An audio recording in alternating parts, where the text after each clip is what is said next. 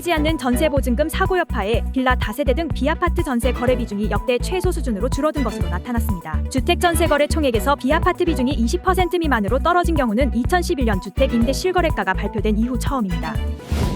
시중은행이 높은 금리의 예적금 상품을 출시하면서 정부가 내놓은 청년 우대형 청약통장의 해지가 줄을 잇고 있습니다. 올해에 이어 내년에도 부동산 공시가격 현실화율이 2020년 수준에서 동결됩니다. 국토교통부는 중앙부동산가격공시위원회에서 이 같은 내용을 의결했습니다. 전국 아파트값이 19주 만에 상승세를 접고 보합으로 돌아섰습니다. 한국부동산원이 발표한 11월 셋째 주 전국 주간 아파트 가격 동향에 따르면 이번 주 전국의 아파트 매매 가격 지수 변동률은 0%를 기록했습니다. 이달 들어 서울의 인기 아파트 단지도 부동산 한파를 피하지 못하면서 불과 한 달 전 실거래가보다 1에서 2억 원 내린 매물이 등장하고 있지만 거래는 뚝 끊긴 것으로 나타났습니다. 올해 3분기 가계 신용이 14조 3천억 원 늘면서 2분기 연속 증가세를 나타냈습니다.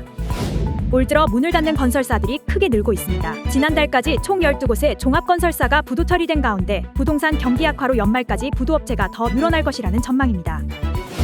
국제신용평가사 무디스는 국내 은행들의 부동산 관련 위험 노출액이 상당하다며 부동산 경기에 따라 테일 리스크, 즉 발생 확률은 낮지만 발생하면 손실이 매우 큰 위험이 현실화할 수 있다고 예상했습니다.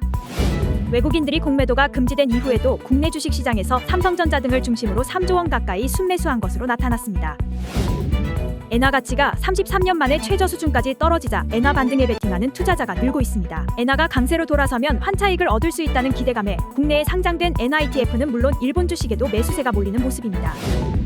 기아가 2천만 원대 전기 SUV를 내세워 오랜 시간 부진을 겪고 있는 중국 시장을 다시 두드립니다. 기아는 최근 중국 시장 전략 모델로 개발한 준중형 전기 SUV EV5의 가격을 공개하고 공식 판매에 돌입했습니다.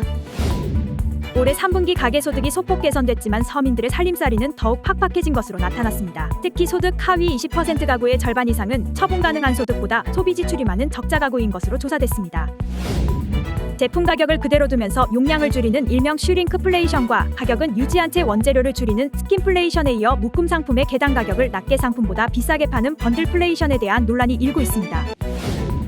장바구니 물가 고공행진의 소비자 부담이 날로 커지고 있지만 일부 품목은 안정세를 되찾거나 가격이 내린 것으로 나타났습니다. 가팔은 가격 상승세에도 반값까지 떨어졌던 킹크랩과 수입 산대게 등의 가격이 크게 내려갔고 배추와 소금 등 김장재료 일부 품목도 가격이 하락했습니다. 경기 불황 속에 올해 수입차 판매량이 4년 만에 감소로 돌아섰지만 1억 원 이상 고가 법인 수입차는 여전히 증가한 것으로 나타났습니다. 고가 법인차의 번호판 색깔을 바꾸는 제도 시행을 앞두고 법인들이 대거 슈퍼카 구입에 나선 것으로 풀이됩니다. 일본 도시들은 대체로 쓰레기통 없이 거리를 청결하게 유지해왔지만 관광객 수와 함께 쓰레기양이 급증하면서 스마트 쓰레기통이 속속 설치되면서 일본 도시 문화가 바뀔지 관심이 모아집니다. 11월 FOMC에서 연준 위원들 간 금리 조기 인하와 관련한 논의는 없었던 것으로 확인됐습니다. 대다수 참석자는 또다시 인플레이션이 심화할 수 있다는 우려를 드러내며 오히려 신중한 금리 인상 모드로 전환했습니다. 국제유가가 오펙 플러스의 정례회의 연기 소식에 하락세를 이어갔습니다. 오펙 플러스는 당초 26일로 예정된 회의를 나흘 뒤로 연기했는데 앙골라와 나이지리아의 추가 감산 설득을 위한 조치로 알려졌습니다.